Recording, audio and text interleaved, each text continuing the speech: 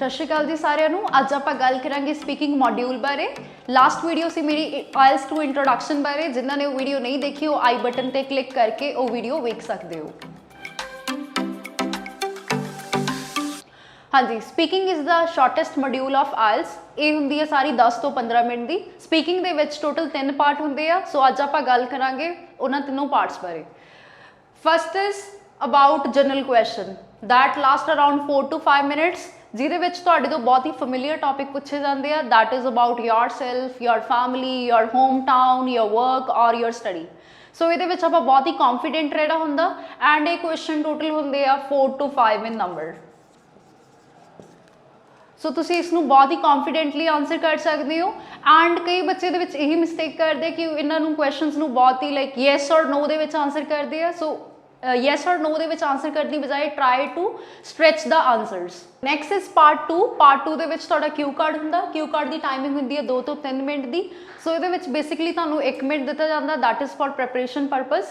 And उहदे लई तुहानूं एक एग्जामिनर पेपर भी प्रोवाइड करूगा जिहदे तुसीं उसदे मेन पॉइंट्स नोट डाउन कर सकते हो क्यू कार्ड नूं डिलीवर करन तों पहलां। एंड 2 मिनट दे विच तुसीं अपने क्यू कार्ड नूं प्रॉपरली डिलीवर करना हुंदा। एंड मेक श्योर जो भी तुहानूं उहदे विच सब पॉइंट्स पूछे जाते हैं उन्हां नूं वेरी फस्ट मिनट दे विच आपां अटैम्प्ट करना हुंदा। Next is part 3। पार्ट 3 दे विच फॉलो अप्स हुंदे आ जिहड़ा कि 4 to 7 मिनट का हुंदा। एंड ये जिहड़े फॉलो अप्स हुंदे आ these are the questions related to your Q card. So इन्हां नूं आपां लाइक एक्सप्लेन करना हुंदा प्रॉपरली।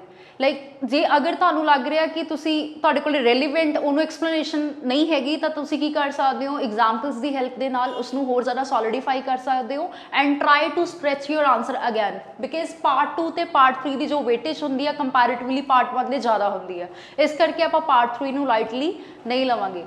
फॉर एग्जाम्पल पार्ट 2 दे विच तुहाडे तो क्यू कार्ड पूछा जाता, that is about your best friend. तो जो नैक्सट क्वेश्चन होंगे पार्ट 3 दे विच that is all about friendship and how do people make friends now.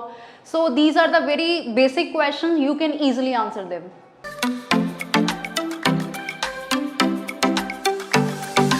Next आप गल करांगे स्पीकिंग दी इवैल्यूएशन बारे। So these are the 4 factors which comes under your marking criteria. The very first is pronunciation. Now what is pronunciation? Pronunciation होंदी कि तुसी जो words ने उन्होंने करैक्टली प्रोनाउंस करना होंदा। ठीक है, अगर तुसी वर्ड्स नूं करैक्टली प्रोनाउंस नहीं करोगे तो उहदे नाल तुहाडी speaking they band score adversely impact हो सकते हैं। सो कई बच्चों के विच मिसकनसैप्शन होंदी है कि अगर वो एक्सेंट कोई फॉलो करते उन्होंने स्कोर ज़्यादा बैटर आऊगा। So that is totally wrong. So please तुसी अपनी प्रोनाउंसिएशन ते वर्क करोगे। जो वर्ड्स तुहानूं प्रॉपरली प्रोनाउंस नहीं करने आउंदे please replace them. And next is lexical resource. Now what is lexical resource? Lexical resource is vocabulary actually. Vocabulary is what हुण तुसीं इहदे विच ध्यान रखना हुंदा स्पीकिंग दे विच तुसीं ट्राई करो जो कॉमन टर्म्स आ उन्हां नूं अवॉइड करो। Try to use advance terms and advanced vocabulary we can say। Advance vocabulary दे विच भी एक चीज़ ध्यान च रखनी है कि तुसीं उदां दीयां टर्म्स अवॉइड करनियां नहीं जिहड़ियां टर्म्स तुहानूं क्लीयर नहीं है प्लस तुहानूं प्रॉपरली यूज़ नहीं करनियां आउंदियां। इस करके जो भी तुसी कोई नवा टर्म या न्यू वर्ड सीखते हो उस टाइम ये ध्यान रखना कि तुसी वर्ड नूं प्रॉपरली यूज़ करना सीखो कि ग्रामेटिकल यूसेज उहदा की आ। लाइक उन्होंने आपां नाउन की तरह यूज़ कर सकते हैं, जां वर्ब की तरह यूज़ कर सकते हैं, या फिर आपां नूं एज एन एडजेक्टिव यूज़ कर सकते हैं। इस करके तुसी अपनी लैक्सिकल रिसोर्स से भी वर्क करना है। स्पेशली ये हेल्प उदों करता जो तुसी अपना पार्ट 2 अटैम्प्ट करते हो क्योंकि उत्थे अपने कोले थीम के रिलेटेड टॉपिक वोकैबलरी होनी जरूरी है। Third is grammatical range and accuracy. So इत्थों आपां नूं पता ही लग रहा है कि this is all about grammar. So ये बेसिकली आप अपनी ग्रामर ते वर्क करना हुंदा, ग्रामर नूं प्रिसीजन दे नाल यूज़ करना हुंदा। इहदे विच तुसी ट्राई करो simple compound and complex sentences नूं यूज़ करो। ये नहीं कि आप कले कंपलैक्स सेंटेंसिस यूज़ करांगे उहदे नाल साडे बैंड स्कोर ज़्यादा आऊगा। Try to use the combination of all the sentences like loop sentences use करो इफ ऑल दो वाले सो दैट तुसी प्रॉपरली अपने आप नूं एग्जामिनर सामने एक्सप्लोर कर सको। All right, next is fluency and coherence. So अपने को इत्थे 2 फैक्टर ने, first is fluency and next is coherence. Now what is fluency? Fluency is your flow of speaking कि जो तुसी स्पीकिंग कर रहे हो तुहाडा एक नैचुरल फ्लो होना जरूरी है। लाइक पॉजेस घट होने चाहिए तुहाडी स्पीकिंग दे विच। जिन्ने ज़्यादा पॉजेज होणगे ਉਹਦੇ ਨਾਲ ਤੁਹਾਡੀ ਫਲੂਐਂਸੀ ਇੰਪੈਕਟ ਹੋਗੀ प्लस अगैन ਤੁਹਾਡਾ ਉਹਦੇ ਨਾਲ बैंड स्कोर ਇੰਪੈਕਟ ਹੋਣਗੇ। Next is coherence. Now what is coherence? Coherence is basically logical connectivity between your ideas and sentences. ਇਹਦੇ ਵਿੱਚ ਆਪਾਂ ਇਹ ਧਿਆਨ ਰੱਖਣਾ ਹੁੰਦਾ ਜੇ ਆਪਾਂ नॉर्मल वर्ड्स गल करिए कि आप जो भी आइडिया दे रहे हैं ਉਹਦੇ ਨਾਲ लॉजिकल कनेक्टिविटी जो नैक्सट आइडिया देवांगे वो रेलीवेंट होना जरूरी आ ताकि जो तुसी एक प्रॉपर सेंटेंस बनाओ ਜਾਂ प्रॉपर एक पैराग्राफ जो भी तुसी एक्सप्लेन कर रहे हो ਉਹਦੇ ਵਿੱਚ ਇੱਕ लॉजिकल कनैक्शन ਹੋਵੇ ना कि वो इदां लगे कि विदाउट कनैक्टिविटी आ।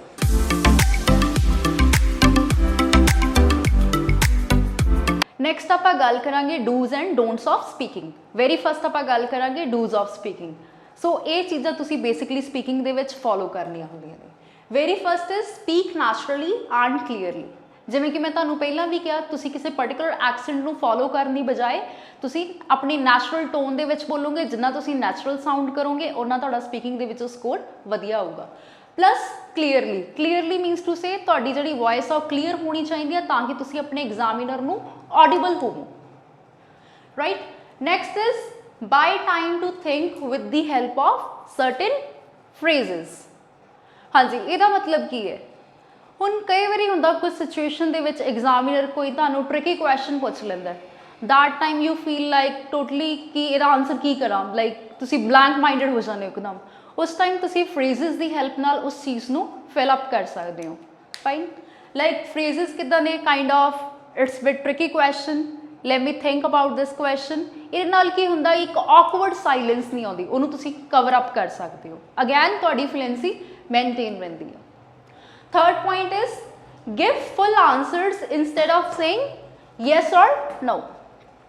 ये पॉइंट आप पहला भी मैं तुहानूं दस चुकी हाँ बट इत्थे मैं एक बार फिर इस चीज़ पर एम्फेसिस करांगी कि तुसी यस नो च आंसर बिल्कुल नहीं करोगे अगर तुसी अच्छा स्कोर लेना चाहते हो speaking they which, specially in part 1। Like उत्थे बहुत ही सिंपल जनरल क्वेश्चनस होंदे आ, सो उन्होंने यस नो च आंसर करने की बजाय तुसी उन्होंने एक्सप्लेन करोगे।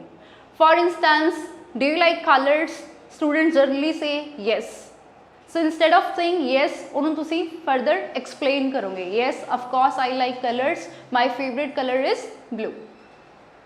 Fine.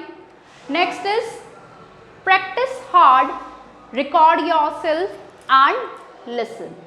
Here are 3 points: practice hard, record, then you need to listen। ਇਹਦੇ ਵਿੱਚ ਕੀ ਹੁੰਦਾ ਜਿੰਨਾ ਤੁਸੀਂ ਪ੍ਰੈਕਟਿਸ ਸਪੀਕਿੰਗ ਦੀ ਜ਼ਿਆਦਾ ਕਰਦੇ ਹੋ ਉਨੇ ਤੁਸੀਂ ਸਪੀਕਿੰਗ ਦੇ ਵਿੱਚ ਫਾਈਨ ਹੁੰਦੇ ਜਾਂਦੇ ਹੋ, ਉਨੇ ਤੁਹਾਡੀ ਸਪੀਕਿੰਗ ਸਾਊਂਡ ਕਰਦੀ ਆ। ਓਕੇ, ਉਹਦੇ ਲਈ ਤੁਸੀਂ ਕੀ ਕਰ ਸਕਦੇ ਹੋ ਲਾਈਕ ਤੁਸੀਂ ਆਪਣੀ ਵੌਇਸ ਨੂੰ ਰਿਕਾਰਡ ਕਰੋ, specially in case of Q card, ਕਿਉਂਕਿ ਕਿਊ ਕਾਰਡ ਦੇ ਵਿੱਚ ਬੱਚਿਆਂ ਨੂੰ ਜ਼ਿਆਦਾ ਹੈਜ਼ੀਟੇਸ਼ਨ ਹੁੰਦੀ ਆ, ਉਹ 2 ਮਿੰਟ ਕਈ ਵਾਰੀ ਟੌਪਿਕ ਨੂੰ ਸਟ੍ਰੈਚ ਨਹੀਂ ਕਰ ਪਾਉਂਦੇ। ਬਟ ਅਗਰ ਤੁਸੀਂ ਡੇਲੀ ਬੇਸਿਸ ਆਪਣੀ ਪ੍ਰੈਕਟਿਸ ਕਰਦੇ ਹੋ, ਆਪਣੀ ਵੌਇਸ ਨੂੰ ਰਿਕਾਰਡ ਕਰਦੇ ਹੋ ਐਂਡ ਉਸ ਤੋਂ ਬਾਅਦ ਤੁਸੀਂ ਉਹਨੂੰ ਸੁਣਦੇ ਹੋ ਰਿਕਾਰਡ ਕੀਤੀ ਹੋਈ ਆਪਣੀ ਵੌਇਸ ਨੂੰ, ਉਹਦੇ ਨਾਲ ਤੁਸੀਂ ਆਪਣੇ ਆਰਸ ਨੂੰ ਖੁਦ ਬ ਖੁਦ ਫਿਗਰ ਆਊਟ ਕਰ ਸਕਦੇ ਹੋ। ਪਲੱਸ ਉਹਦੇ ਨਾਲ ਤੁਸੀਂ ਦੇਖੋਗੇ ਤੁਹਾਡੀ ਸਪੀਕਿੰਗ ਦੇ ਵਿੱਚ ਕਾਫੀ ਡੇ ਬਾਈ ਡੇ ਇੰਪਰੂਵਮੈਂਟ ਹੋਊਗੀ। All right. Next is ask the examiner to repeat the question. So this is very important point. Ask the examiner to repeat the question. Now what is repeat the question? Like कुछ cases ਦੇ ਵਿੱਚ ਕੀ ਹੁੰਦਾ students ਨੂੰ examiner ਦਾ question ही नहीं समझ आता, ਜਿਹਦੇ ਕਰਕੇ ਕੀ ਹੁੰਦਾ ਕਿ क्वेश्चन ਨੂੰ गलत अटैम्प्ट कर ਦਿੰਦੇ ਆ, ਜਾਂ ਫਿਰ ਹੁੰਦਾ ਕਿ ਕੁਝ ਪਾਰਟਿਕੂਲਰ ਨੂੰ ਟਰਮ ਨਹੀਂ ਕਲੀਅਰ ਹੁੰਦੀ ਜੋ ਕੁਐਸਚਨ ਦੇ ਵਿੱਚ ਪੁੱਛੀ ਜਾਂਦੀ ਆ, ਅਗੇਨ ਜਿਹਦੇ ਕਰਕੇ ਉਹਨਾਂ ਦਾ ਜੋ ਰਿਸਪੌਂਸ ਹੁੰਦਾ that is totally wrong. So instead of giving wrong answer ਤੁਸੀਂ ਐਗਜ਼ਾਮੀਨਰ ਨੂੰ ਰਿਕੁਐਸਟ ਕਰੋਗੇ by saying could you repeat the question sir, ਜਾਂ ਫਿਰ ਤੁਹਾਨੂੰ ਕੋਈ ਪਾਰਟਿਕੂਲਰ ਵਰਡ ਨਹੀਂ ਕਲੀਅਰ ਹੋ ਰਿਹਾ ਜਾਂ ਟਰਮ ਨਹੀਂ ਕਲੀਅਰ ਹੋ ਰਹੀ, ਡਿਫਿਕਲਟ ਵੋਕੈਬਲਰੀ ਜਿਹਨੂੰ ਆਪਾਂ ਕਹਿ ਦਿੰਦੇ ਆ, ਉਸ ਟਾਈਮ ਤੁਸੀਂ ਕਹਿ ਸਕਦੇ ਹੋ could you tell me the meaning of this word please. All right. So आप कॉन्फिडेंटली स्पीकिंग करनी है तो ही तुसी अपना डिजायर्ड बैंड स्कोर अटेन कर सकते हो।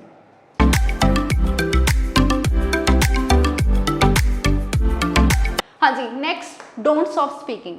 सो ये कुछ गल्लां ने जो तुसी ध्यान च रखनियां ने जो तुसी स्पीकिंग दे विच नहीं करोगे। हाँ जी, coming to the first point, don't try to imitate the model answers.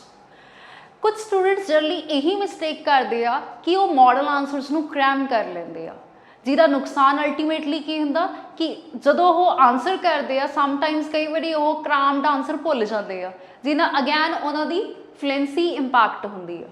Fine, plus examiner ਸਾਹਮਣੇ ਤੁਹਾਡਾ ਇੱਕ ਪੂਰ ਇੰਪ੍ਰੈਸ਼ਨ ਜਾਂਦਾ। ਸੋ ਗਾਇਸ ਟਰਾਈ ਕਰੋ, ਤੁਸੀਂ ਨੈਚੁਰਲ ਸਾਊਂਡ ਕਰੋ, ਨੈਚੁਰਲੀ ਆਨਸਰ ਕਰੋ, ਜਿਹਨਾਂ ਸਕੋਰ ਤੁਹਾਡਾ ਵਧੀਆ ਆਏਗਾ। Second point is don't agree if you don't want to. ਇਹਦਾ ਮਤਲਬ ਕੀ ਹੈ ਕਿ ਕੁਝ ਕੁਐਸਚਨਸ ਦੇ ਵਿੱਚ ਅਗਰ ਤੁਸੀਂ ਐਗਜ਼ਾਮੀਨਰ ਨਾਲ ਅਗਰੀ ਨਹੀਂ ਕਰਨਾ ਚਾਹੁੰਦੇ ਤਾਂ ਤੁਸੀਂ ਆਨਸਰ ਡਿਸਐਗਰੀਮੈਂਟ ਦੇ ਵਿੱਚ ਵੀ ਦੇ ਸਕਦੇ ਹੋ। ਇਹ ਜ਼ਰੂਰੀ ਨਹੀਂ ਹੁੰਦਾ ਕਿ ਅਗਰ ਐਗਜ਼ਾਮੀਨਰ ਨੇ ਤੁਹਾਨੂੰ ਕੁਐਸਚਨ ਫੇਵਰ 'ਚ ਪੁੱਛਿਆ ਤਾਂ ਤੁਸੀਂ ਉਸਨੂੰ ਫੇਵਰ 'ਚ ਹੀ ਆਨਸਰ ਕਰਨਾ ਹੈ, ਤੁਸੀਂ ਉਸਨੂੰ ਲਾਈਕ ਅਗੇਂਸਟ ਵੀ ਆਨਸਰ ਕਰ ਸਕਦੇ ਹੋ with relevant explanation. Alright, now third point is avoid using big words you are uncomfortable with। ਇਸ ਪੁਆਇੰਟ ਦਾ ਕੀ ਮਤਲਬ ਹੈ ਕਿ ਤੁਸੀਂ ਉੱਦਾਂ ਦੀਆਂ ਟਰਮਸ ਨਾ ਯੂਜ਼ ਕਰੋ ਜਿਨ੍ਹਾਂ ਨੂੰ ਤੁਸੀਂ ਕਰੈਕਟਲੀ ਪ੍ਰੋਨਾਊਂਸ ਨਹੀਂ ਕਰ ਪਾ ਰਹੇ, ਜਾਂ ਜਿਨ੍ਹਾਂ ਨੂੰ ਪ੍ਰੋਨਾਊਂਸ ਕਰਦੇ ਤੁਸੀਂ ਫੰਬਲਿੰਗ ਕਰਦੇ ਹੋ। Again it hampers your fluency. So ਉੱਦਾਂ ਦੀਆਂ ਟਰਮਸ ਯੂਜ਼ ਕਰੋ ਜਿਹਨੂੰ ਤੁਸੀਂ ਈਜ਼ੀਲੀ ਪ੍ਰੋਨਾਊਂਸ ਕਰ ਸਕਦੇ ਹੋ। ਪਲੱਸ ਕੁਝ ਟਰਮਸ ਅਗਰ ਤੁਹਾਨੂੰ ਲੱਗ ਰਹੀਆਂ ਬਿਫੋਰ ਯੂਰ ਫਾਈਨਲ ਐਗਜ਼ਾਮ ਕਿ ਤੁਸੀਂ ਉਹਨਾਂ ਵਿੱਚ ਪ੍ਰੋਬਲਮ ਕਰ ਰਹੇ ਹੋ, ਉਹ ਟਰਮਸ ਨੂੰ ਤੁਸੀਂ ਐਪਟ ਸਿੰਨਿਮਸ ਦੇ ਨਾਲ ਰਿਪਲੇਸ ਕਰ ਸਕਦੇ ਹੋ। Last point is that is quite important point, never go off topic। ਸੋ ਜੋ ਵੀ ਤੁਸੀਂ ਕੁਐਸਚਨ ਆਨਸਰ ਕਰਨਾ ਹੈ ਉਹਨੂੰ ਤੁਸੀਂ ਰੈਲੀਵੈਂਸੀ ਦੇ ਵਿੱਚ ਆਨਸਰ ਕਰੋਗੇ, ਉਹਦੇ ਲਈ ਤੁਸੀਂ ਐਕਸਪਲੇਨੇਸ਼ਨ ਦੀ ਹੈਲਪ ਲੈ ਸਕਦੇ ਹੋ, ਪਲੱਸ ਤੁਸੀਂ ਗੁੱਡ ਐਗਜ਼ਾਮਪਲ ਦੀ ਹੈਲਪ ਲੈ ਸਕਦੇ ਹੋ, ਬਟ ਤੁਸੀਂ ਆਫ ਟੌਪਿਕ ਆਨਸਰ ਨਹੀਂ ਕਰੋਗੇ ਬਿਕਾਜ਼ ਇਹਦੇ ਨਾਲ ਅਗੇਨ ਤੁਹਾਡਾ ਸਕੋਰ ਡਿਡਕਟ ਹੋਏਗਾ। All right, so this is all about speaking and you have to take care of all the things whenever you are attempting speaking exam। ਸੋ ਫਿਰ ਆਪਾਂ ਮਿਲਦੇ ਹਾਂ ਨੈਕਸਟ ਵੀਡੀਓ ਦੇ ਵਿੱਚ। Thanks for watching this video. ਜੇਕਰ ਇਹ video ਤੁਹਾਨੂੰ ਚੰਗੀ ਲੱਗੀ ਤਾਂ ਵੀਡੀਓ ਨੂੰ ਲਾਈਕ ਐਂਡ ਸ਼ੇਅਰ ਕਰੋ, ਪਲੱਸ ਮੇਰੇ ਚੈਨਲ ਨੂੰ ਸਬਸਕ੍ਰਾਈਬ ਕਰੋ ਜੇਕਰ ਤੁਸੀਂ ਹੋਰ ਇਦਾਂ ਦੀ ਵੀਡੀਓਜ਼ ਦੇਖਣਾ ਚਾਹੁੰਦੇ ਹੋ। ਹਾਂ, ਇੱਕ ਹੋਰ ਗੱਲ, ਅਗਰ ਤੁਹਾਨੂੰ ਕੋਈ ਇਸ ਵੀਡੀਓ ਨੂੰ ਲੈ ਕੇ ਕੋਈ ਡਾਊਟ ਹੈ ਤਾਂ ਤੁਸੀਂ ਕਮੈਂਟ ਸੈਕਸ਼ਨ ਦੇ ਵਿੱਚ ਜਾ ਕੇ ਕਮੈਂਟ ਕਰ ਸਕਦੇ ਹੋ।